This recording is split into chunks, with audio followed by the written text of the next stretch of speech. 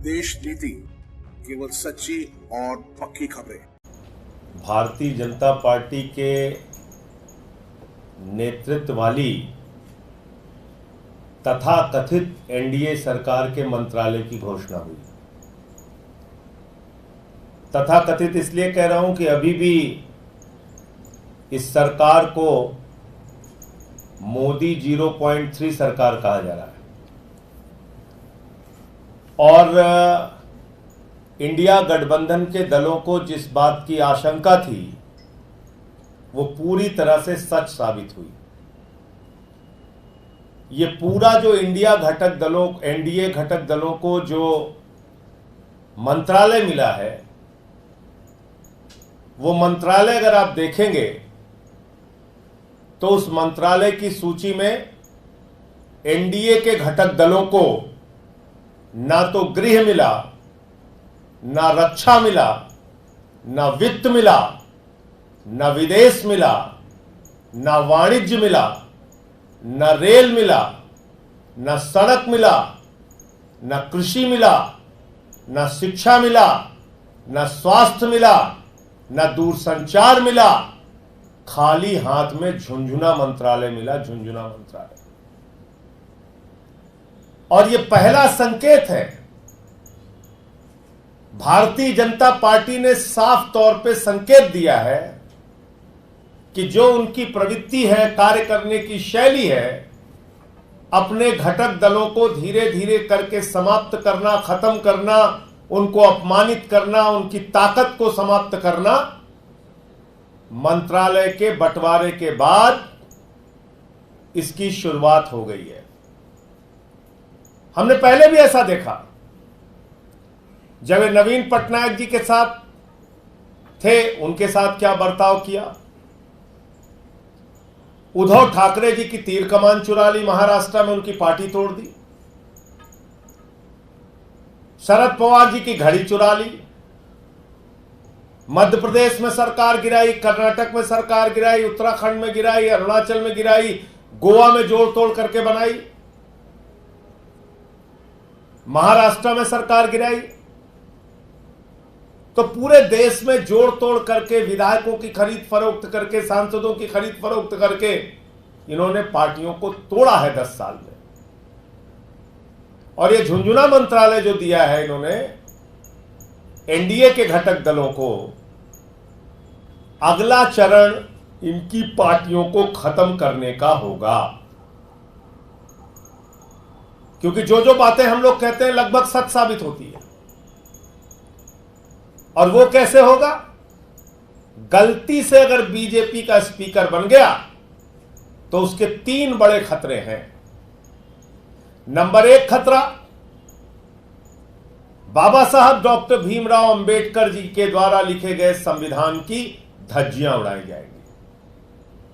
Number 2 खतरा, NDA के घटक दलों को, टीडीपी को, जेडीयू को, जेडीएस को, आरएलडी को, चिराग पासवान जी की पार्टी को, इन सारी जो छोटी छोटी पार्टियां हैं, छोटी से लेके बड़ी तक की पार्टियां हैं, पवन कल्याण जी की पार्टी है, इन सारी पार्टियों को तोड़ तोड़ के बीजेपी के साथ मिलाया जाएगा। और तीसरा, कोई भी मनमाना बिल सरकार लेके आएगी और जो भी सांसद आवाज उठाएगा, मार्शल से उसको बाहर फेंकवा दिया जाएगा। भारतीय संसदीय इतिहास में 150 सांसद पहली बार मोदी जी की सरकार ने निलंबित किया था। और यह कहने की बात होती है कि यह तो लोकसभा अध्यक्ष का फैसला है, यह तो राज्यसभा के अध्यक्ष का फैसला है। निलंबन का प्रस्ताव सरकार लेके आती है। संसदीय कार्य मंत्री निलंबन का प्रस्ताव रखते हैं और सांसदों को निलंबित करके बाहर किया जाता है।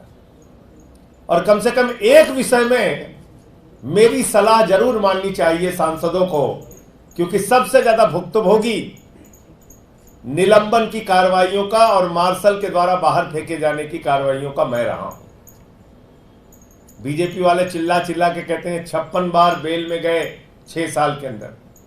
कोई अपनी लड़ाई लड़ने के लिए नहीं गया, जनता के मुद्दे उठाए, कभी किसान के सवाल, कभी नौजवान के सवाल, कभी पहलवान के सवाल, कभी मणिपुर के सवाल, कभी शिक्षा मित्र के सवाल, कभी ओल्ड पेंशन के सवाल, और मुझे निलंबित किया गया, बाहर किया गया।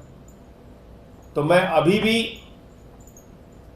इस घटना के बाद कि एनडीए के घटक दलों को झुंझुना मंत्रालय मिला है, मैं टीडीपी, जेडीयू जैसे दलों से अनुरोध करूंगा कि कम से कम स्पीकर अपना बनाइए। यह आपकी पार्टियों के हित में है, ये बाबा साहब डॉक्टर भीमराव अंबेडकर जी के द्वारा दिए गए संविधान के हित में है, और ये भारत के लोकतंत्र की रक्षा के हित में है, ये संसदीय परंपराओं के हित में है कि स्पीकर टीडीपी का होना चाहिए।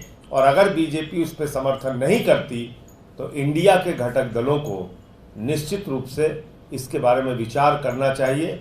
बीजेपी के समर्थन के बगैर अगर टीडीपी अपना स्पीकर का उम्मीदवार मैदान में उतारती है तो इंडिया के घटक दलों की और इंडिया गठबंधन की बहुत महत्वपूर्ण भूमिका होगी, कांग्रेस से लेकर सारे दलों की। दूसरी और सबसे हैरान करने वाली बात,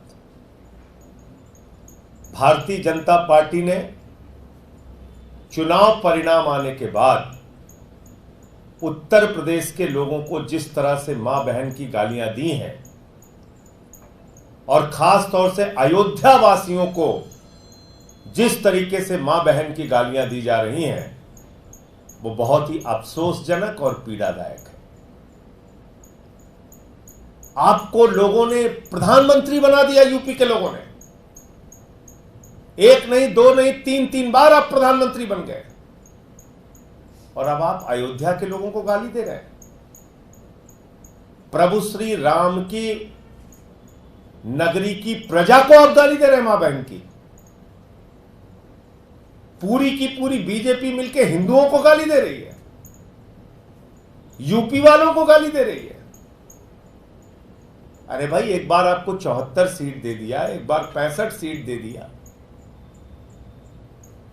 अब की आपकी मान लीजिए कम सीटें आई तो आप गाली देंगे। यह है बीजेपी का असली चरित्र, जो मैं बार बार कहता हूं। पहले मुसलमानों को गाली दिया, फिर सिखों को गाली दिया, फिर ईसाइयों को गाली दिया, फिर दलितों को गाली दिया, फिर पिछड़ों को गाली दिया, फिर आदिवासी युवक के सिर पे पेशाब किया, फिर हाथरस कांड के समर्थन में खड़े हुए, फिर जाटों को गाली दिया, मराठों को गाली दिया, और अब सारी सीमाएं पार करके किसानों और जवानों और पहलवानों को गाली देने के बाद अब हिंदुओं को मां बहन की गालियां दी जा रही है। भाजपा को अपना आत्मावलोकन खुद करना चाहिए, आत्मचिंतन खुद करना चाहिए कि प्रधानमंत्री के मन में कितना अहंकार आ गया था। गाना गा रहे थे बीजेपी वाले, जो राम को लाए हैं हम उनको लाएंगे। हिंदू धर्म की मान्यता है कि प्रभु श्री राम सृष्टि के रचयिता हैं, वो इंसान को लेके आए हैं। हिंदू धर्म की मान्यता है मर्यादा पुरुषोत्तम भगवान श्री राम हमारे आराध्य देवता हैं, और मोदी जी और बीजेपी की मान्यता है कि वो लोग राम को लेके आए हैं।